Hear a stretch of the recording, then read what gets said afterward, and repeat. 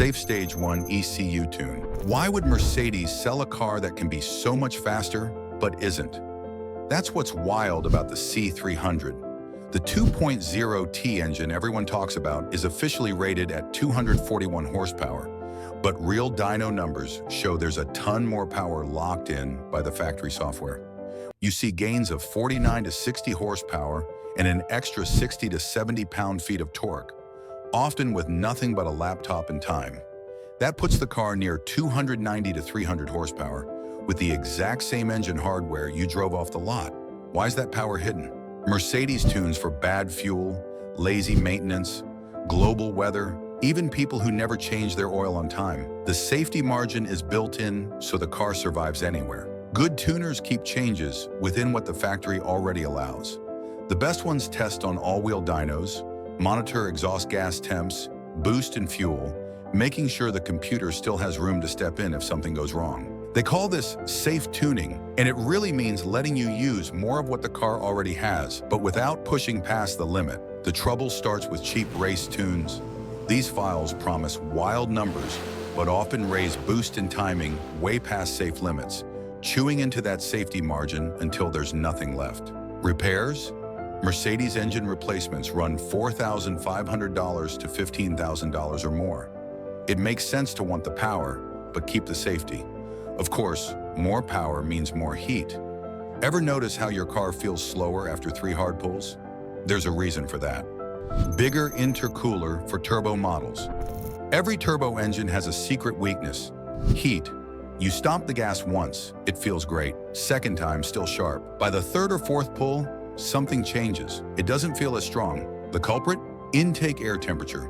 Turbochargers squeeze air, but all that compression turns cool air into hot air, and hot air means less oxygen, so less power.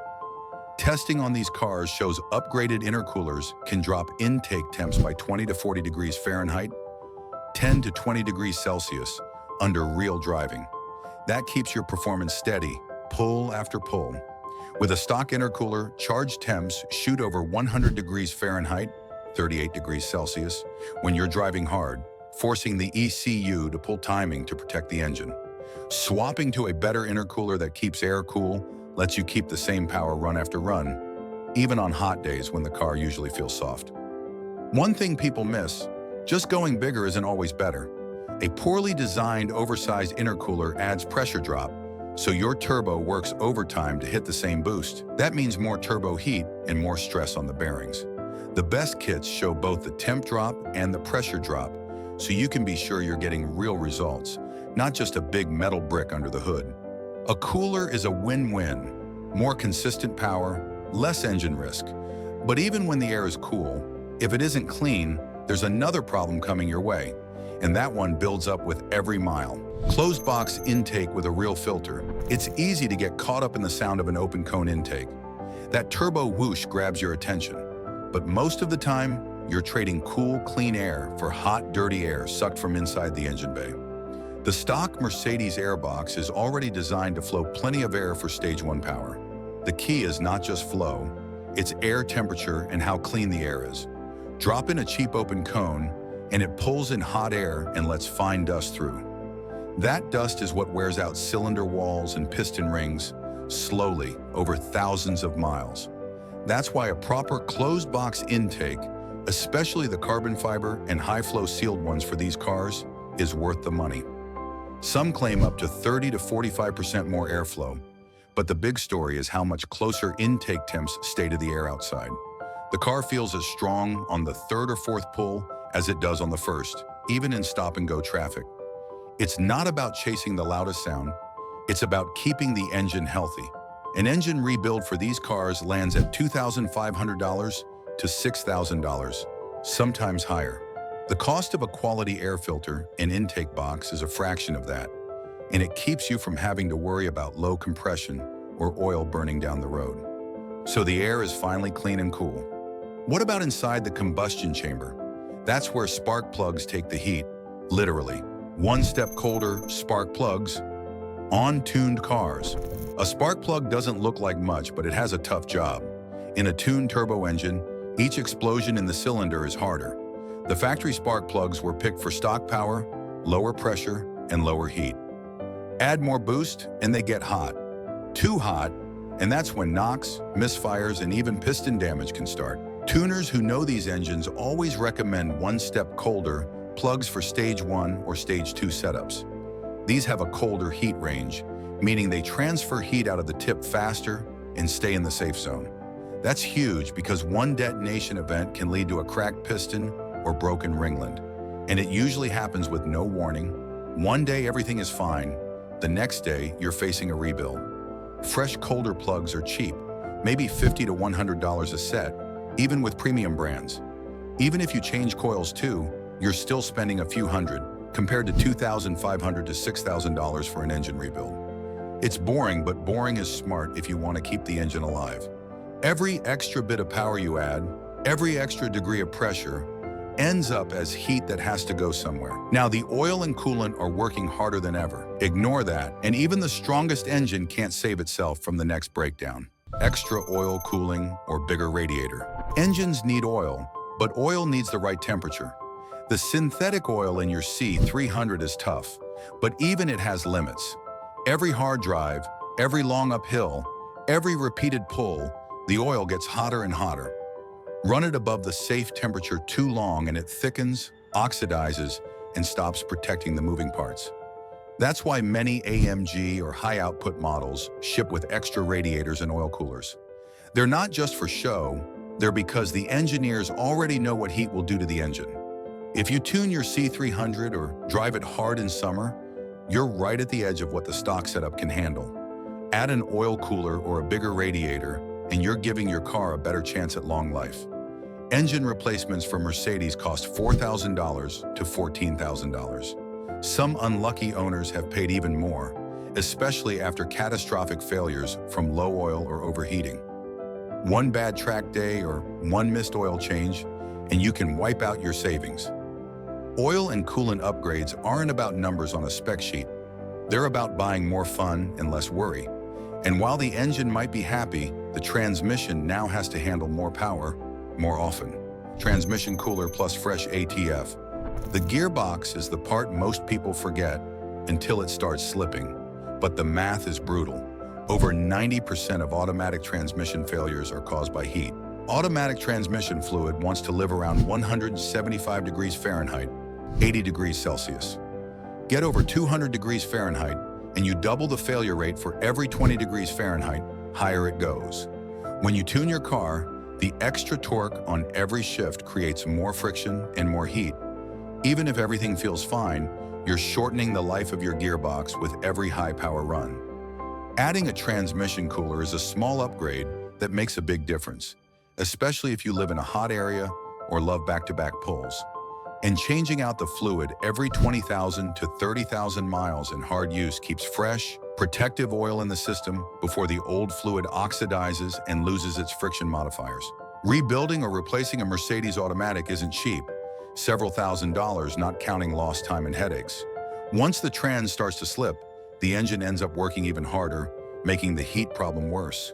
So it's not just the engine that wants to stay cool. But even if the fluids are perfect, there's a mechanical part under more strain now, the pipes carrying all that boost. Stronger charge pipes and hoses. Boost leaks are annoying and expensive. Hit the gas, feel a strong surge, then suddenly nothing but a hiss and limp mode. That's almost always a charge pipe giving up. Most stock pipes are plastic or thin rubber to save weight and money. Fine at factory boosts, but tuned cars build more pressure. Sooner or later they split. When a charge pipe fails, the turbo suddenly loses its load, sometimes creating a surge. This can beat up the turbo's shaft and bearings, and repeated surges are a fast way to send a perfectly good turbo to an early grave. Fixing or replacing a turbo on a C300 runs 4 figures, easy. The fix? Aluminum or silicone charge pipes with strong clamps. They cost a few hundred, last way longer, and keep your boost where it belongs. No more random boost drops, no more mystery loss of power. It's just a small investment for a ton of extra peace of mind, especially if you're running more than factory power. But even with strong pipes and hoses, how do you know what's really going on inside? If you want to spot trouble early, it's time to get a window into what the car is thinking. Real gauges / OBD logging. Every modern Mercedes already has a computer watching everything: boost, oil temp, coolant, intake temp, timing, and even knock. But unless you're looking, you'll only find out something's wrong when the check engine light comes on, and by then, it's usually expensive. Plug in a cheap OBD dongle and use a phone app. Now you can watch what's happening every time you drive. Did your new intercooler actually lower temps by 20 to 40 degrees Fahrenheit? Is your oil temp creeping up on long pulls? Is the car pulling timing when it gets hot? Logging lets you spot all of that in real time before it becomes a big repair bill. Aggressive tunes might make dyno charts look wild, but real data tells you if they're actually safe. Consistent knocks, high temps, or bad timing corrections show up fast when you're logging. The best part? You can use this info to catch problems early, not after you're stuck on the side of the road. Gauges and logs aren't just for racers. They're for anyone who doesn't want to guess about what their car is doing. While these upgrades are about safety, there are still shortcuts people take that turn cheap and easy into expensive mistake. That's where the real engine killers come in. Everything up to now has been about protecting your Mercedes, stretching its life, making it faster, stronger, and smarter. But now we're flipping the playbook. Get ready for the dark side of modding. These next moves will turn your dream car into a ticking time bomb faster than you think. Cheap plug-in tuning boxes. Plug-in tuning boxes show up everywhere. Get 40 extra horsepower in 5 minutes. All you do is connect it, and suddenly your car feels stronger. What you're not told is these boxes mostly just trick a sensor or two, like fuel pressure or boost, making the computer add more of both. They don't change timing, knock, or fuel maps like a proper tune. The mid-range push you feel is real, but so is the invisible stress building up inside the engine and turbo. Over time, that added boost in timing without proper recalibration will chip pistons, beat up bearings, and overwork the turbo. Worst of all, you can unplug the box before service, but you can't erase the wear that's already happened. When the engine lets go, a Mercedes swap costs $5,000 to $10,000 plus, all from a shortcut that seemed clever and cheap at first. That's why shops and forums call these boxes engine killers. And there's another shortcut that adds a completely new risk: legal trouble and mechanical chaos. cat/dpf/egr, delete with straight pipe. Exhaust deletes sound fun, louder noise, maybe even a few more horsepower. But in reality, every modern Mercedes relies on DPF, EGR, and CATs to meet strict emissions laws. Remove these and you're not just risking reliability. You're breaking federal law in the US, and fines can reach $45,000 per vehicle. Without proper recalibration, removing these systems jacks up exhaust gas temps, confuses sensors, and dumps more soot into your oil and engine. Owners report endless check engine lights, rough idle, unstable fueling, and more heat everywhere.